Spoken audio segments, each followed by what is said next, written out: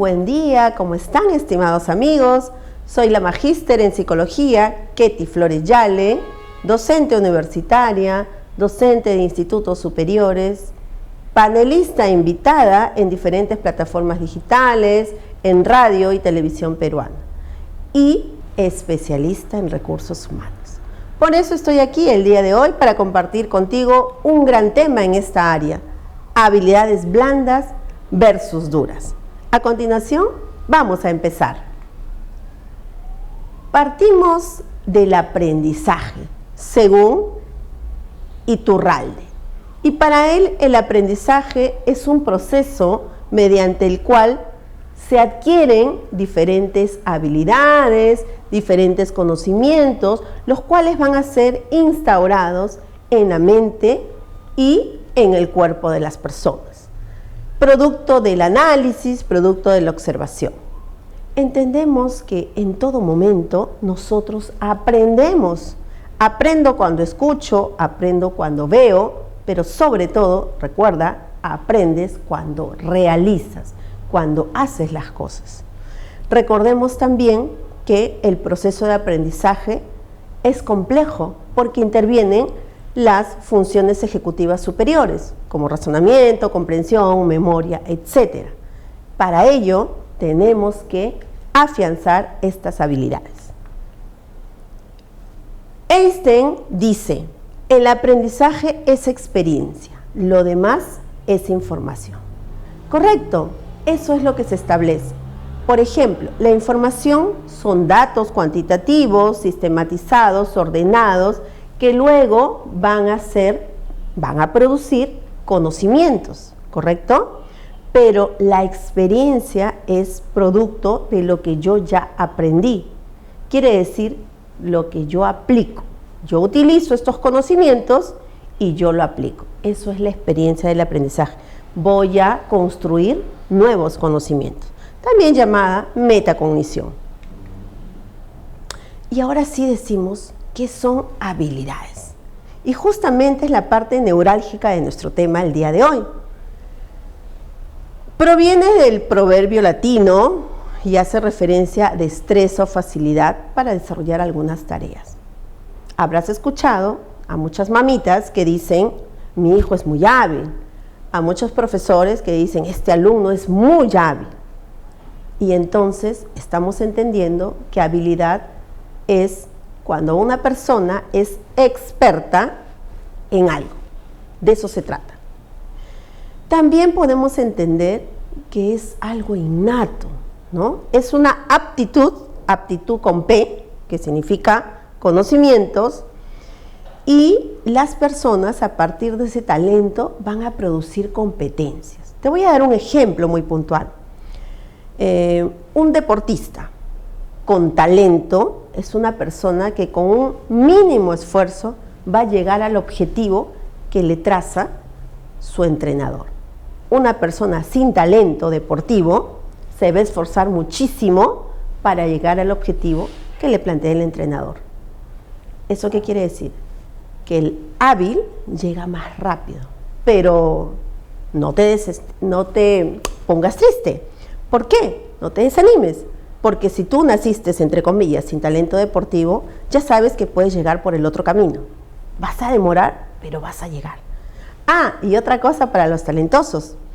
¿Qué pasa si yo, digamos, sé que soy talentoso, entreno menos, no hago la rutina que el entrenador me da? ¿Qué es lo que pasa? Que mi talento se va durmiendo. Entonces, el talentoso y los que no son talentosos, todos tienen que practicar al 100%. Y aquí entendemos un cuadro muy interesante, ¿no? Por favor, presten mucha atención. Saber, hablamos de información, hablamos de competencias, ¿no? Y estamos hablando justamente de lo que dice aquí: conocimientos. Todo lo que yo aprendo, todo lo que yo adquiero, todos los aprendizajes que voy interiorizando, todas las capacitaciones, lo que estás haciendo ahora, por ejemplo, ¿no? Estás adquiriendo conocimientos para que sepas, ¿correcto? Y después viene el saber hacer. Ahora, lo que te dije, ¿no? yo ya aprendí, yo ya escuché, ¿ahora qué hago con eso? ¿Lo guardo? No, compártelo. Cuando tú lo compartes, tú vas a explicar a otras personas y el conocimiento que adquiriste lo vas a interiorizar mucho mejor y lo vas a afianzar. Entonces ahí te vuelves hábil en un tema, ¿correcto? Por eso algunas personas somos especialistas en algo, porque hemos estado practicando y practicando una área y ahí somos expertos. Y ahí desarrollo capacidades. Saber ser, y ahí implica la conducta, implica la automotivación. ¿Y qué significa eso? Son las cualidades que tienen las personas. Cualidad para ser puntual, cualidad para realizar mis trabajos con mucha responsabilidad.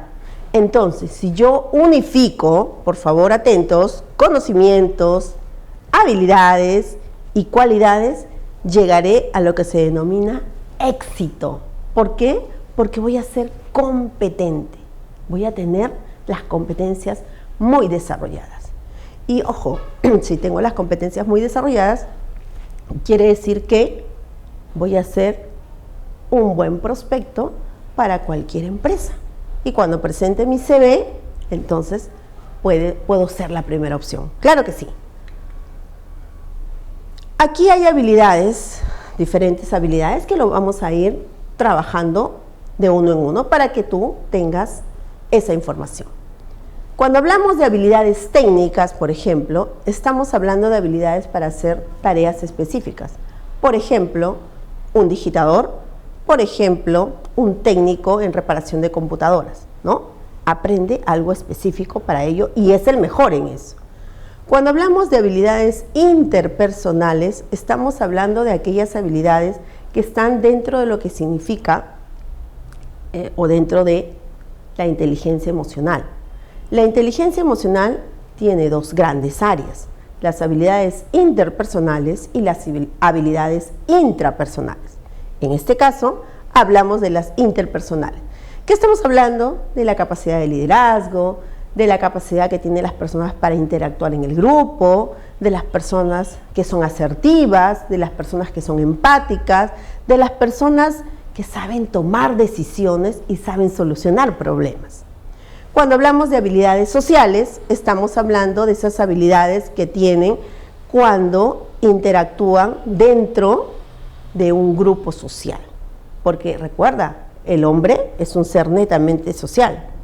Así que cambia el chip de que no, yo no me gusta las reuniones sociales, no me gustan las fiestas, no me gusta bailar. Recuerda que hay diferentes reuniones sociales y todas son importantes para tu desarrollo. ¿En qué? En habilidades sociales. Y hablamos de habilidades académicas. Esa capacidad y habilidad que yo adquiero a través de los conocimientos para comparar, para analizar, para hacer una evaluación, para hacer un juicio crítico, para opinar, para establecer lo que denominamos metacognición. Muy bien, y ahora hablamos de habilidades de innovación, y su propio nombre lo dice, ¿no? A veces los chicos dicen, pero ya, profesora, ¿qué voy a inventar si todo está inventado? Un momentito, todo no está inventado. O de repente, de lo que ya está inventado, tú puedes innovar, y eso hace mención a tu capacidad creativa, a tu capacidad intuitiva, a tu capacidad de arriesgarte. Recuerda mucho que las personas que son innovadoras proponen teorías, proponen hipótesis y a veces son muy descabelladas, pero como se dice, ¿no? A veces liga, y eso está muy bien, ¿correcto? Entonces, esas habilidades hay que desarrollarlas. Por favor, mamitas, papitos, cuando les compran, por ejemplo, estos, bueno, no quiero decir marca, pero estos ladrillitos para armar, ya ustedes saben a qué me refiero. Entonces hay una secuencia, hay un librito y tú vas, le vas diciendo, mira, esto va acá, ¿no? Y está bien, porque mira, lo arma igualito como está la caja, pero un momentito, eso es una habilidad técnica. Pero si yo quiero desarrollar una habilidad de innovación, yo le digo, mi amor, ya está. Ahora lo desarmamos y ahora inventa algo tú, ¿correcto? ahí estoy desarrollando una habilidad de innovación. Habilidades prácticas significan hábitos. El hombre es un ser de hábitos. Recuerden que hay hábitos positivos y hay hábitos inadecuados. Entonces, hábitos positivos, fácil, comer saludable, fácil, hacer ejercicios, etc. Hábitos negativos, tener vicios, ¿no? Puede ser el alcohol, puede ser el cigarro, etc. Entonces, nosotros tenemos que desarrollar habilidades prácticas en positivo. Cuando hablamos de habilidades físicas, estamos hablando de salud, ¿no? Autoeficiencia. Y para eso, obviamente, hemos desarrollado la parte física de nuestro cuerpo. Cuando hablamos de habilidades de pensamiento, estamos hablando de aprender a pensar y generar nuevos conocimientos. ¿Y ya sabemos a partir de qué? A partir de la información que ya hemos adquirido. Habilidades directivas, ok. ¿Quiénes son? Los jefes, ¿no? Que saben dirigir, saben guiar grupos. Obviamente ellos tienen que coordinar con los equipos de trabajo, pero también tienen que establecer su liderazgo, ¿no? Y hay diferentes tipos de liderazgo, ¿no? Entonces, en este caso, estamos apuntando a un liderazgo transformacional. ¿Y qué quiere decir eso? Que los colaboradores van a guiarse de este líder y van a querer trascender igual que él. Ese sería el objetivo. Cuando hablamos justamente de habilidades de liderazgo, estamos hablando de que se impulsa al equipo a guiarse, a direccionarse. Y para terminar, habilidades empresariales. Quiere decir cómo emprender un negocio, cómo emprender una idea nueva, un proyecto, una empresa. Lo que llamamos ahora los emprendedores. Recuerden que en época de la pandemia, muchas personas han surgido económicamente con estos emprendimientos que ahora poco a poco se están formalizando. Y entonces es importante también desarrollar estas habilidades empresariales para nosotros poder seguir desarrollándonos como personas. Habilidades duras, las famosas hard skills. ¿De qué estamos hablando?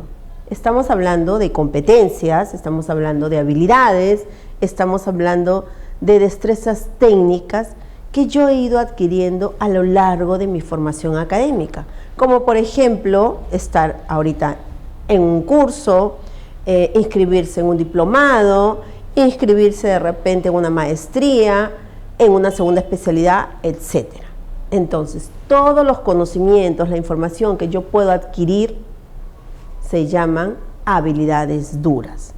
Y obviamente, a veces, tan solo con el ejercicio de la profesión o con el ejercicio de su rol laboral, yo ya voy adquiriendo estas habilidades. ¿Y qué son las famosas habilidades blandas o denominadas soft skills? Son competencias y habilidades que van a estar relacionadas con la personalidad de cada uno de nosotros, ¿no? Y esto me va a servir, obviamente, para poder interactuar con las demás personas. Ahí tenemos capacidad de liderazgo, relaciones interpersonales, comunicación y toda aquella habilidad social. Entonces, si yo relaciono esto con la inteligencia emocional, lo compararía, las habilidades blandas estarían dentro de lo que son las habilidades interpersonales, ¿no? Estamos hablando de capacidad de liderazgo, estamos hablando de asertividad, estamos hablando de empatía. Las habilidades blandas las debemos desarrollar todas las personas, no solamente los profesionales o los que ejercen algún cargo, sino todas las personas para tener una convivencia sana y armoniosa. Por ejemplo, ¿dónde sería formidable? En la familia. Recuerda que tu familia es un equipo, entonces sería excelente que tu núcleo familiar se relacione a través de las habilidades blandas. Yo siempre le digo a mis chicos, si las personas somos asertivas y empáticas, ¿qué pasaría? Y ellos me contestan, se eliminarían muchos problemas. Y así es, estimados. Más adelante vamos a hablar el tema de la empatía.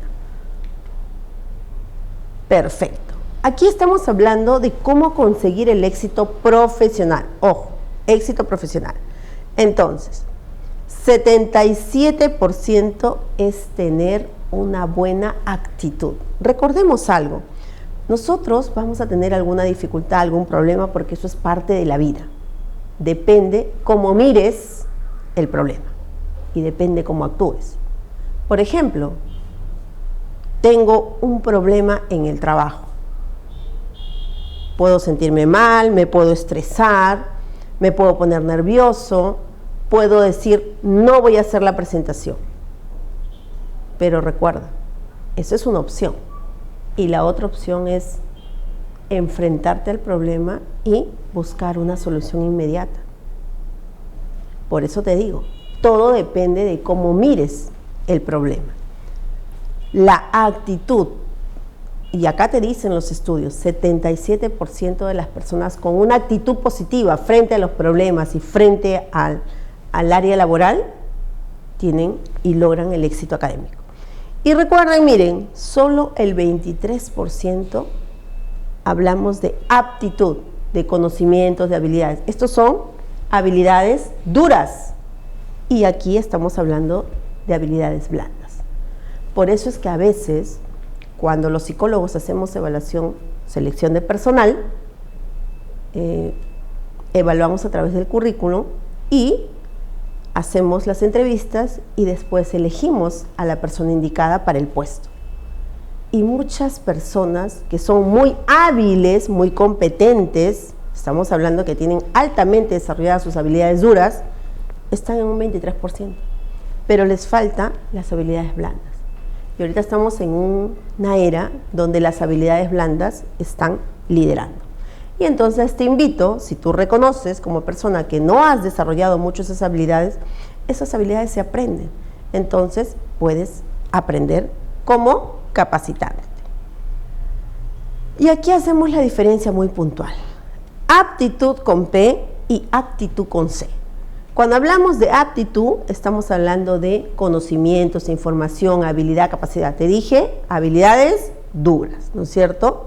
Por ejemplo, tiene buena actitud para las habilidades matemáticas, las habilidades verbales, etc. Y cuando hablamos de actitud con C, estamos hablando de la forma como yo enfrento un hecho. Estamos hablando de acciones, estamos hablando de habilidades blandas, ¿correcto? Vamos a suponer que tú estás llegando y tu jefe te llama la atención porque has llegado tarde. Tienes dos opciones, o te molestas o lo aceptas, ¿correcto? Porque claro, puede ser que el día anterior te quedaste más de tu hora, porque tu hora es a las 5 de la tarde que tienes que salir, pero saliste a las 7.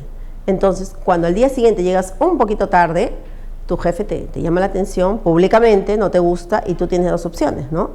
Puedes asentar, pedir disculpas, o lo otro es decirle, pero mire usted, ayer me quedé hasta tarde, ¿y qué pasó?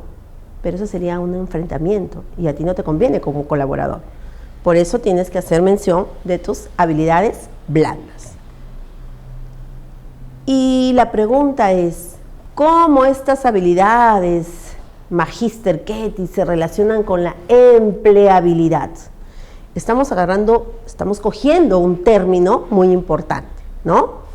Según la OIT, Organización Internacional del Trabajo, la empleabilidad, por favor, presten atención, es la aptitud, quiere decir conocimientos, habilidades duras, ¿correcto? De la persona para encontrar y conservar un trabajo.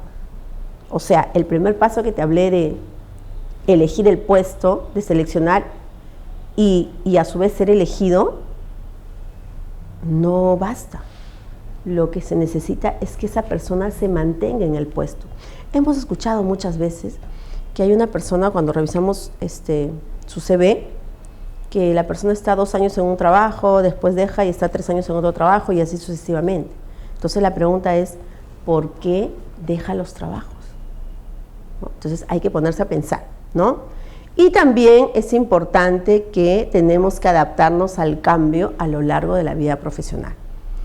Y eso implica salir un poco de la zona de confort. Yo tengo 20 años en este trabajo y ya llegué a mi techo, ya no puedo ser más, ¿no? Porque ya llegué a la cúspide. Depende de ti si te quieres quedar en tu zona de confort y no quieres seguir avanzando. Pero otras personas dicen, no, yo tengo la capacidad y quiero irme a otra empresa donde pueda aspirar a seguir teniendo éxito profesional. Y aquí te estoy compartiendo cuáles son esas habilidades sociales básicas. ¿Para qué? Para tener una buena relación con las demás personas a nivel familiar, a nivel amical, a nivel de pareja, a nivel obviamente laboral, que es el tema de ahora, ¿no? Saber prestar atención. Y yo les digo algo, se presta atención con los ojos, con los oídos y con todo el cuerpo. Más adelante también vamos a ver lo que significa el lenguaje no verbal. Entonces, por ejemplo, si alguien en la clase está un poco aburrido, está de repente recostado en la mesa y está escuchando, entonces yo tengo que darme cuenta que de repente la persona no está muy interesada en el tema, ¿no? Entonces se presta atención con todo el cuerpo, con todos mis sentidos. Iniciar una conversación.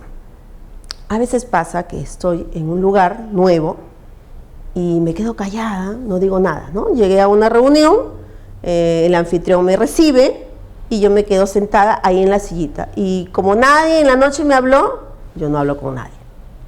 Entonces, me falta desarrollar mi habilidad de iniciar una conversación. Y puedo iniciarla, ¿no? La persona del costado le digo, hola, ¿qué tal? ¿Cómo estás? Yo me llamo Ketty, ¿cómo te llamas tú? Y entonces ahí se inicia una conversación. Ya, me vas a decir, ya, te voy a poner un ejemplo más. No hay nadie a mi costado. Perfecto, no te compliques, ¿no? Porque todos están en el bar. Perfecto, me voy a los servicios higiénicos y en el camino me puedo encontrar con alguien. Entonces ahí le digo, hola, ¿qué tal? ¿Cómo estás? Me llamo Ketty. ¿Cómo te llamas tú? E inicié ahí una conversación. Y esa habilidad la tengo que desarrollar desde que son pequeñitos. ¿Para qué? Para que cuando seas adulto te sea mucho más fácil establecer estabilidad. Formular preguntas. Es importante aprender a preguntar. Pero recuerda algo, no hay que preguntar cosas muy íntimas, muy personales, ¿no? Porque si no te van a decir, ¿qué pasó? ¿Me estás haciendo un cuestionario, no? ¿O qué pasó? ¿Quieres saber mi vida privada, no? Sino preguntar preguntas en relación al lugar donde te encuentras, ¿no? Si ha sido una exposición de pintura, pues hacer preguntas respecto a los cuadros, respecto a los pintores de su agrado, ¿no? Entonces, siempre las preguntas van en relación a cosas generales del tema que estás tocando. Dar las gracias. Y por favor, discúlpeme, pero yo comienzo así, ¿no? Yo siempre digo esto, comienza en la familia. Lo que tú haces en tu familia se repite en otros espacios.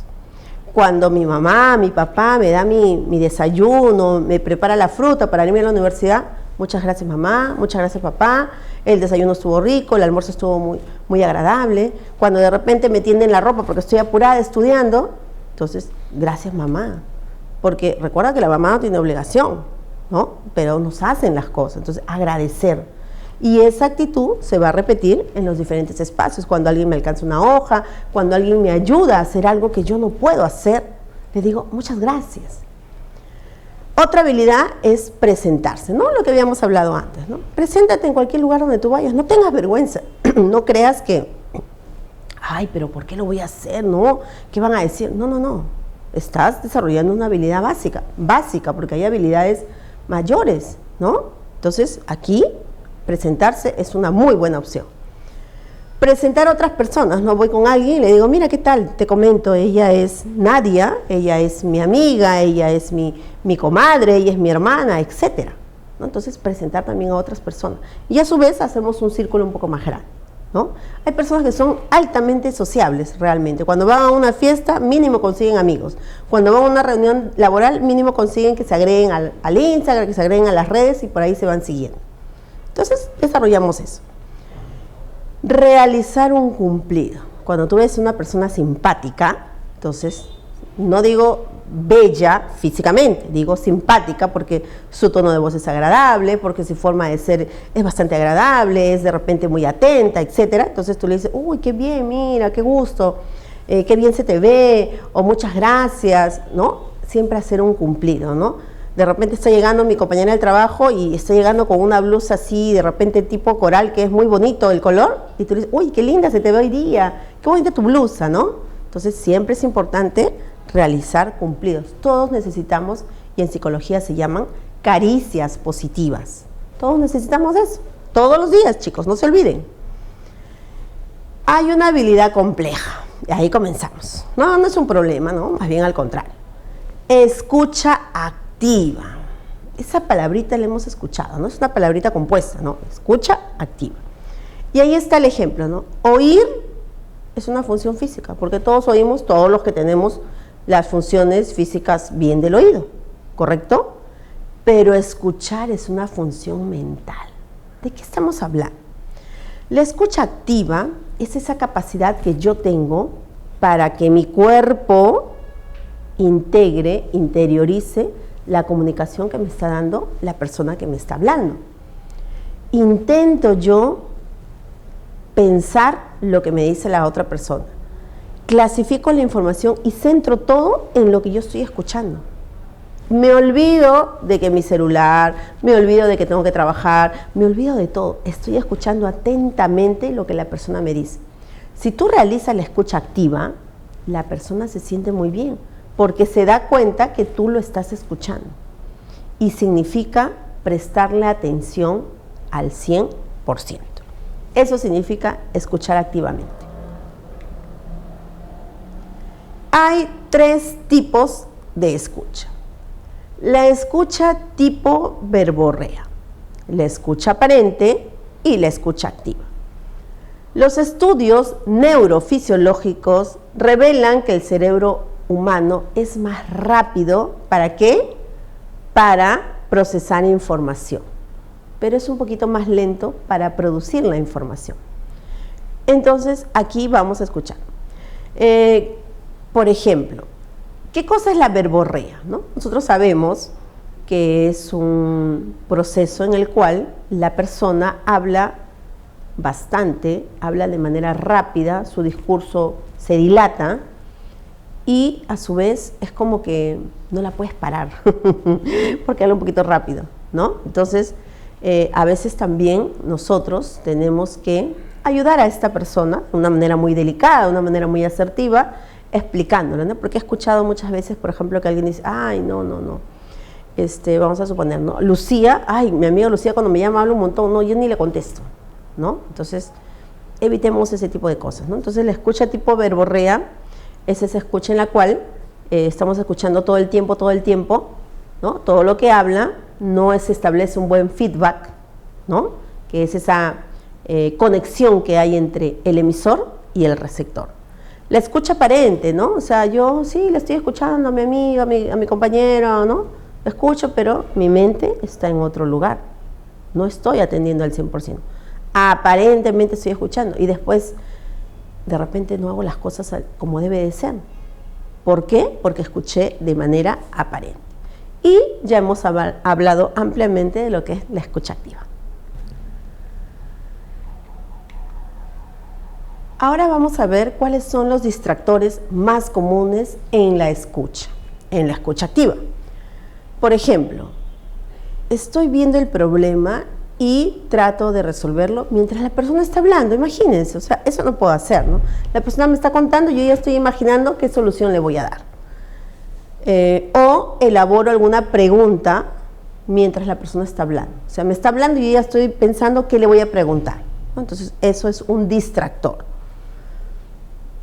También querer volver a lo que yo estaba haciendo, ¿no? O sea, me está hablando, pero quiero volver a lo que estaba, ¿no? Porque en realidad cuando me habla me está interrumpiendo, me interrumpe lo que yo hago, ¿no? Entonces, eso es un distractor. También cuando he tenido un problema hoy y no puedo quitármelo de la cabeza. Quiere decir que yo estoy escuchando a la persona, pero como tengo el problemita aquí en mi cabecita que me da vueltas, entonces obviamente no hay una buena escucha. O de repente la persona cada vez me cuenta su problema que tiene con su pareja, ¿no? Clásico, ¿no? Mira lo que me pasó, ¿no? Entonces, ay, en mi cabeza digo, ay, otra vez, no, pues no, otra vez me va a contar. Entonces ya mi disposición emocional no es adecuada, entonces, porque me estoy negando a escuchar, ¿correcto? Entonces, cuando la persona me va contando algo, yo ya empiezo a sentir una emoción de repente de rabia, de repente de pena, de tristeza, no lo sé, y eso ya distrae la comunicación. O de repente la persona está hablando y le digo, uy, ¿verdad? Me has hecho acordar, tengo que hacer tal cosa, ¿no? Y corto la comunicación, ¿no? Eso es otro distractor. O de repente en el discurso que está diciendo la persona, yo cojo un mensaje y ya me voy a mis pensamientos personales, ¿no? Entonces, otro distractor. Y también puede ser que algo en mi entorno, como en un mensaje, ¿no?, me hace pensar en lo que veo y no en lo que oigo. Porque claro, estoy con el celular, me llegó un mensaje y como que en automático respondemos, ¿ah?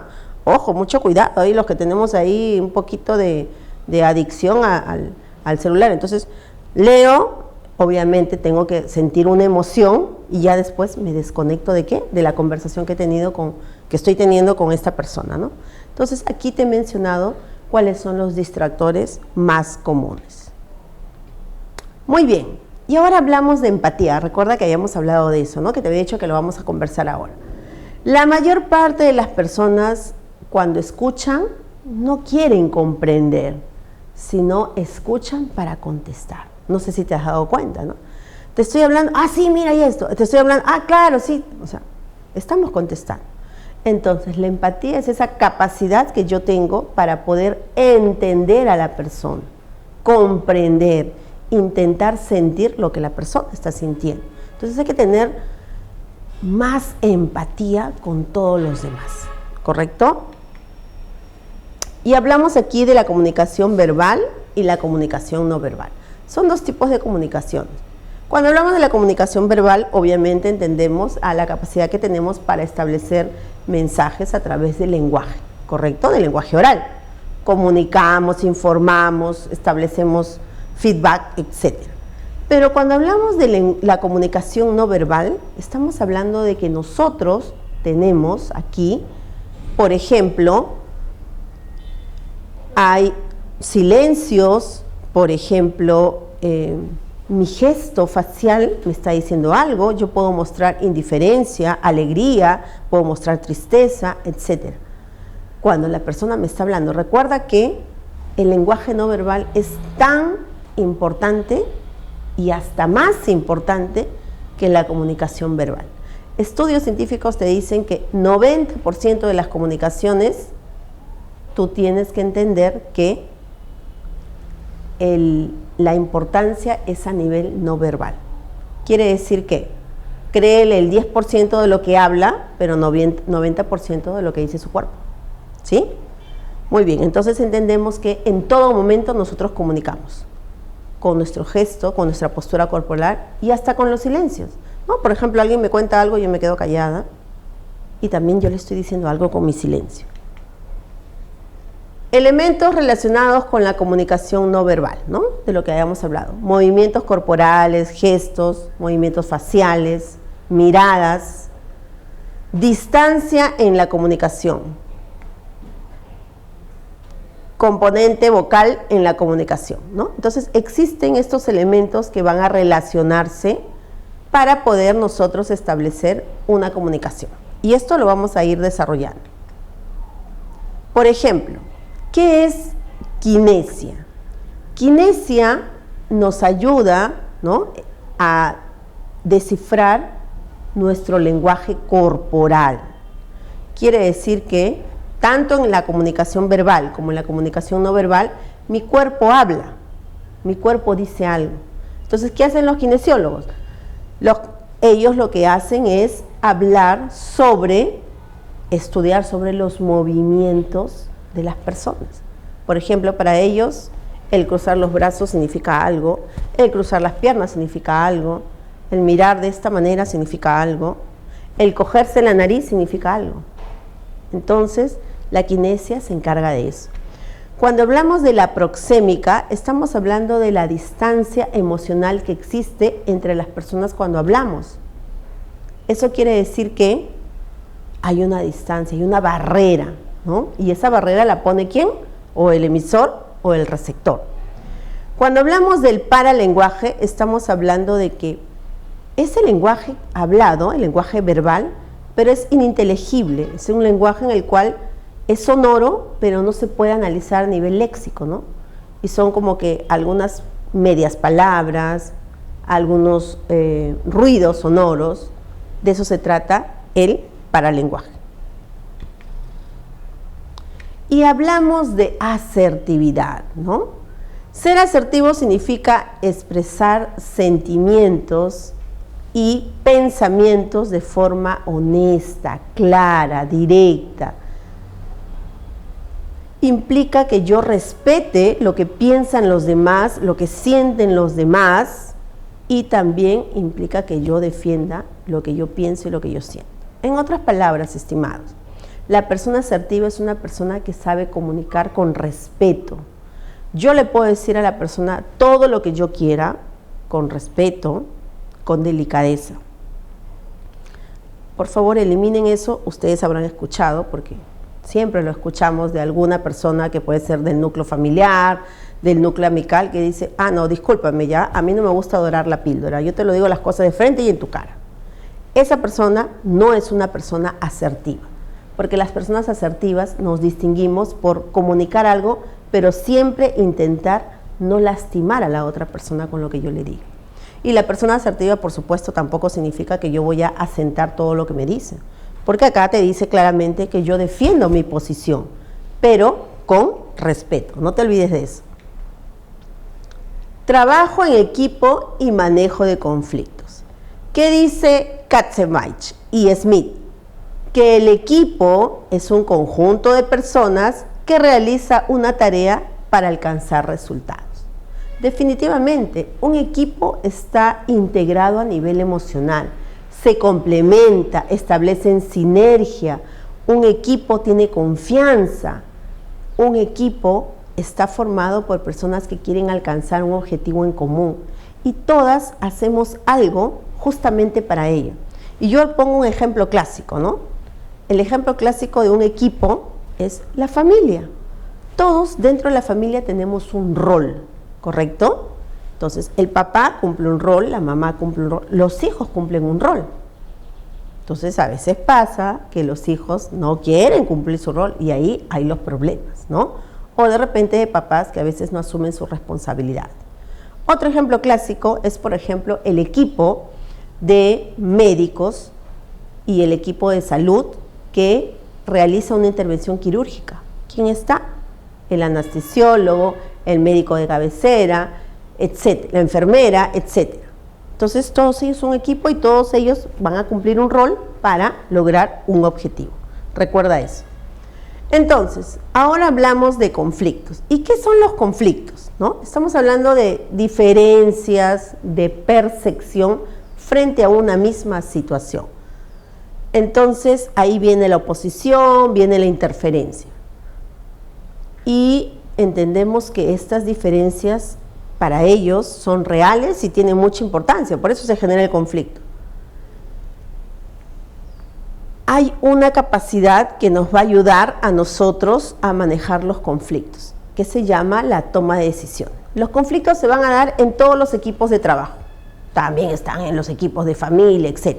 ¿Y qué tenemos que hacer? Nosotros tenemos que comenzar a analizar cuáles son las posibles soluciones, porque recuerda que el conflicto es una contraposición. ¿Qué significa? Hay una situación, esta persona ve A y esta persona ve B.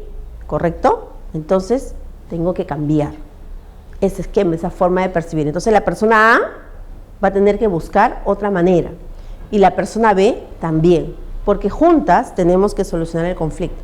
¿Por qué? Porque las personas son empáticas, porque las personas son asertivas. Recuerda que estamos trabajando ello, ¿sí? Son esas capacidades. Y esto me va a permitir a mí que mi equipo se integre. Aquel equipo que te diga, no, en mi equipo todo está muy bien, no hay conflictos, no hay problemas, totalmente falso, porque siempre tiene que haber conflictos, es parte de.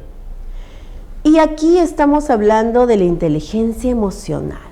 ¿Quién es Goleman? Goleman es un experto, estudioso respecto a este tema, ¿no? Y nos dice que la inteligencia emocional es esa capacidad que nosotros tenemos para poder conocer y controlar las emociones nuestras y las de los demás. Eso con la finalidad de obtener ciertos resultados. ¿Cuáles son las cualidades de la inteligencia emocional más importantes? Conciencia de uno mismo, equilibrio anímico, motivación, control de impulsos y sociabilidad. Y todo ello está enmarcado dentro de lo que se llama la inteligencia intrapersonal. Recordemos que la inteligencia emocional es esa capacidad que te permite establecer una mejor convivencia con las demás personas.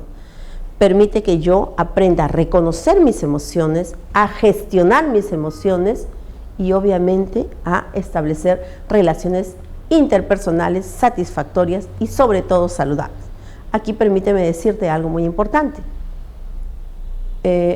A veces tú dices, ¿no? Uy, siempre me va mal en el amor, estoy con alguien y me deja y me hace esto, etc. Pero ya esto se va repitiendo 2, 3, 4, 5 veces. Y la pregunta es, ¿tengo mala suerte? No, estimado, no, estimada, no tienes mala suerte. Lo que pasa es que tienes que aprender a desarrollar tu inteligencia emocional. ¿Para qué? Para aprender a elegir. Tu problema está en la elección que tomas. Y a su vez también cuando tienes un problema laboral, ¿no es cierto? Tú tienes que aprender a buscar cuál es la solución idónea para el problema que se está presentando en tu equipo. ¿Correcto? Entonces, quedamos claros que la inteligencia emocional es una capacidad muy, muy importante para poder relacionarme con las demás personas y poder convivir de manera armoniosa. Muchas gracias por tu atención. Recuerda seguirnos en nuestras redes sociales como Starley Capacitaciones. Nos vemos.